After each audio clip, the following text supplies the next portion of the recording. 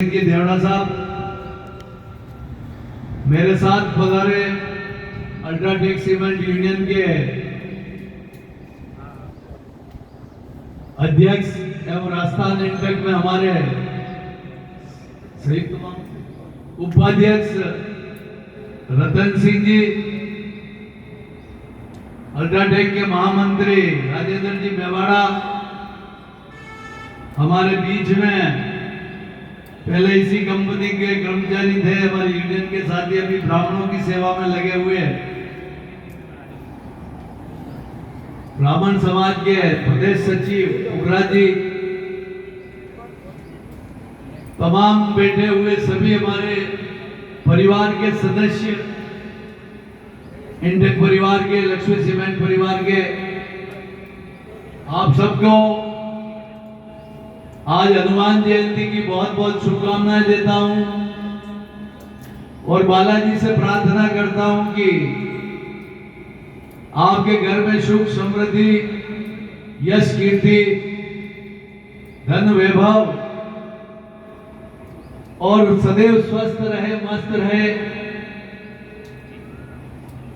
बच्चे पढ़े लिखे आगे बढ़े, घर में खुशहाली का वातावरण हो और साथ में फैक्ट्री में भी हमारी तरक्की, उन्नति, प्रगति, उद्योग में सुख शांति बनी रहे,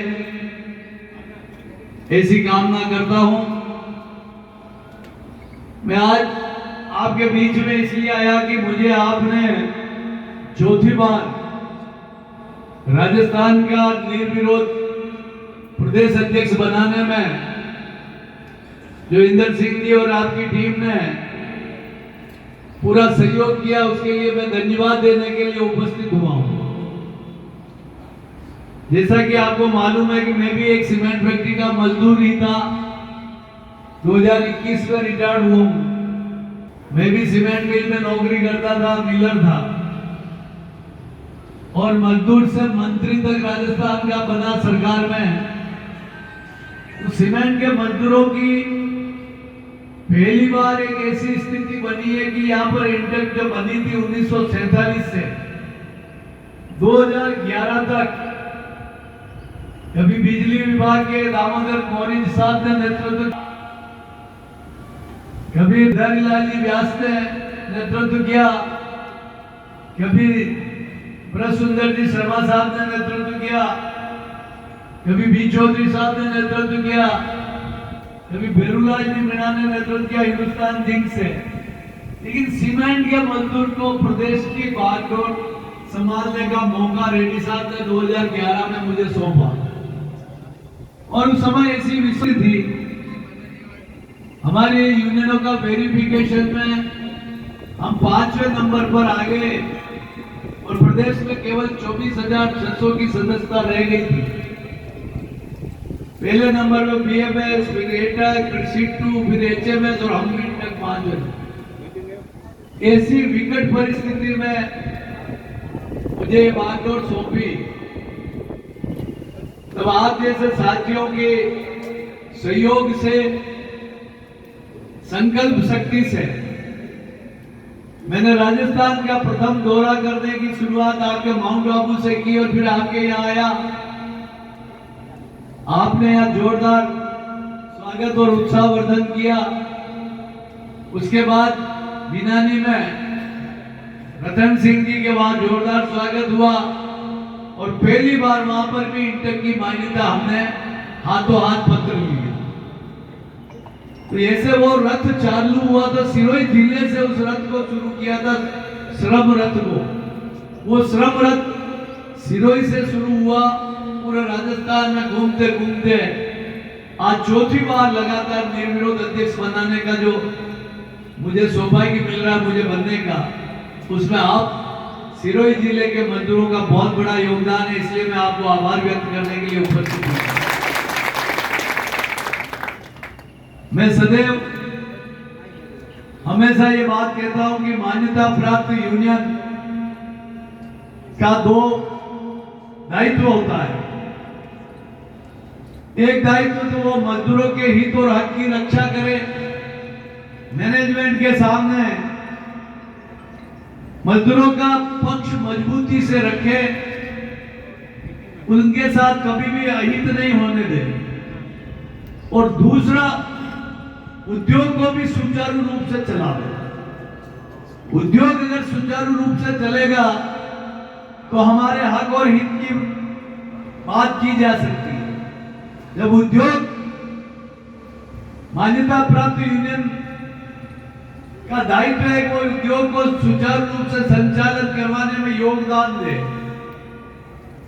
तो इसलिए गाड़ी के दो पहिए होते हैं, उन दोनों पहियों में बैलेंस बना रहता है, मैनेजमेंट और मजदूर का, और उस बैलेंस में ही गाड़ी आगे बढ़ती है।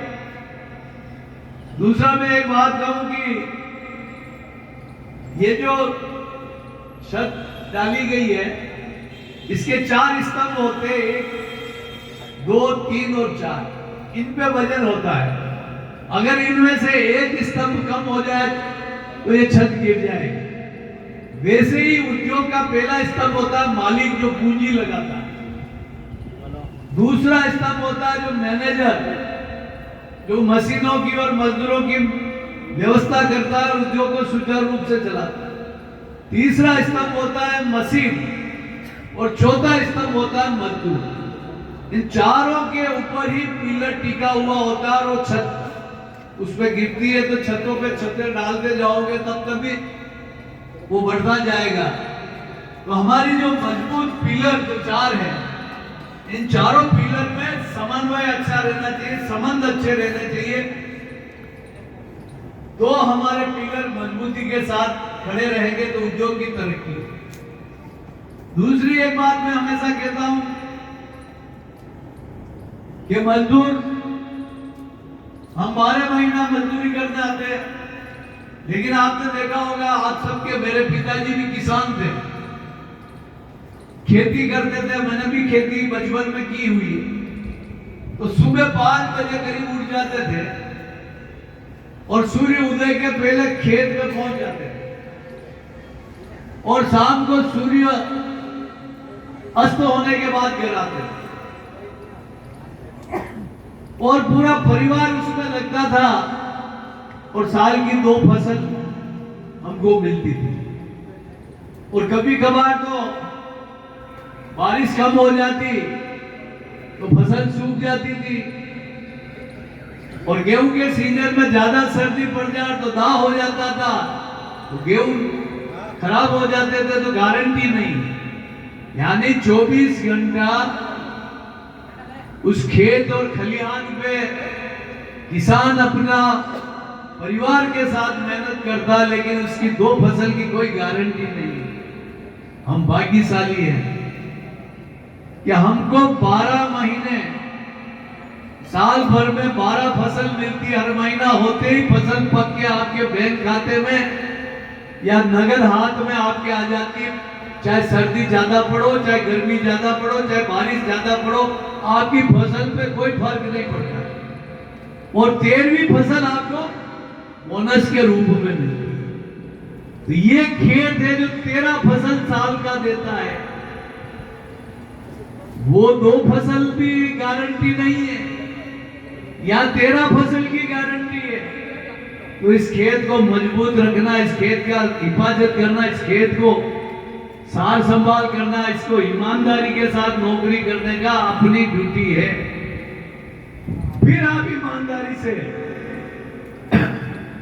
काम करके जब आप पैसा घर पे लेके जाओगे तो उस पैसे में समृद्धि आएगी। और अगर आपने ड्यूटी पे आए 8 घंटे में तो सोए रहे और बिगर ईमानदारी के आपने नौकरी से गए, तो वो सो के जाने वाला पैसा आपके पास टिकने वाला नहीं है।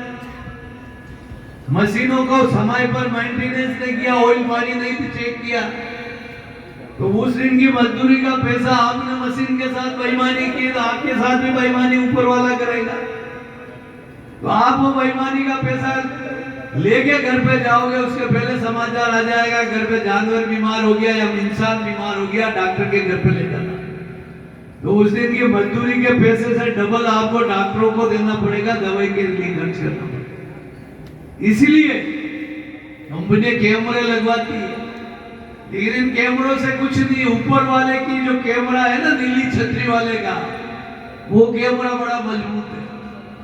उस कैमरे से बचकर जो रह गया और उसने अपनी ईमानदारी से जो ड्यूटी निभाई, तो वो नीली छतरी वाला जो सर्टिफिकेट देता है ना, वो आपके घर में सुख समृद्धि, आपका बच्चे पढ़ लिख के योग्य बनेंगे, आगे बढ़ेंगे और वो परिवार का नाम रोशन।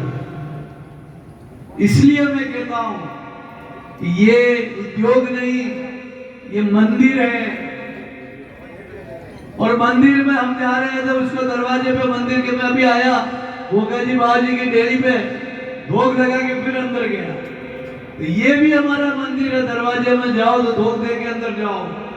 और मशीनों को भगवान की मूर्ति समझ के उसकी उपासना करो, उसकी साधना करो, उसकी सेवा करो और स्वयं पुजारी समझ के काम करो कि हम मंदिर के पुजारी है, ये फैक्ट्री हमारा मंदिर है, मशीनें हमारी भगवान है।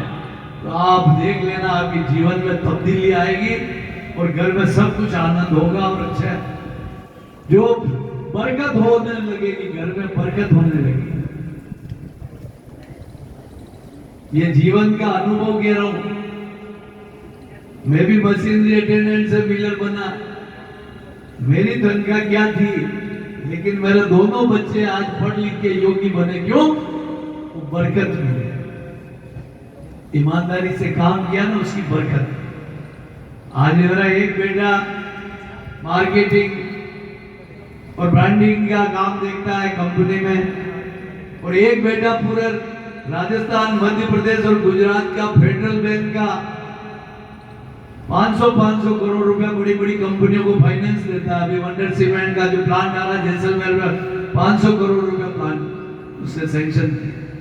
इतनी बड़ी पोजीशन वो तब बढ़ पाते हैं कि जब हम ईमानदारी से हम अपने संस्कार देते हैं बच्चों को, और संस्कार बच्चा माता पिता से सीखता है।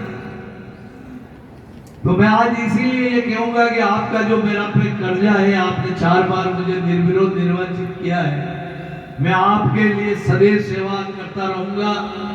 और बहुत बहुत इंदर सिंह जी को धन्यवाद देता हूं। ये छोटे भाई के नाते मेरा चाहे अधिवेशन आबू रोड में हो, चाहे उदयपुर में हो, चाहे ब्यावर में हो, इन्होंने हर समय कंधे से कंधा मिलाकर मजबूती से मेरा साथ दिया। रतन सिंह जी ने मेरा मजबूती से साथ दिया। मैं बहुत बहुत आप सबका आभार व्यक्त करते हुए इन 2 पंक्तियों से अपनी वाणी को विराम दूंगा कि हालात के कदमों से कभी सिकंदर नहीं झुकता, हालात के कदमों से कभी सिकंदर नहीं झुकता, और टूटा हुआ सितारा कभी जमीन पे नहीं गिरता।